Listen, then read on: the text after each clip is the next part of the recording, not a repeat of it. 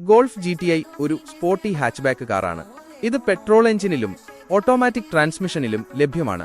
ഇതിന്റെ 2.0 litre turbocharged engine ഏകദേശം 242 bhp കരുത്ത് നൽകുന്നു. ഗോൾഫ് GTIയുടെ ഇന്ധനക്ഷമത ലിറ്ററിന് ഏകദേശം 12 മുതൽ 14 വരെ കിലോമീറ്ററാണ്.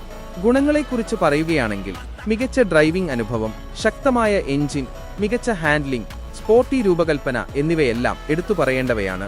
ദോഷങ്ങൾ എന്തെന്നാൽ സാധാരണ ഗോൾഫ് മോഡലുകളെ അപേക്ഷിച്ച് വില കൂടുതലാണ്. പിന്നിലെ സീറ്റുകളിൽ സ്ഥലപരിമിതിയും ഒരു പോരായ്മയാണ്. ഇന്ത്യയിൽ ഗോൾഫ് GTI ലഭ്യമല്ല.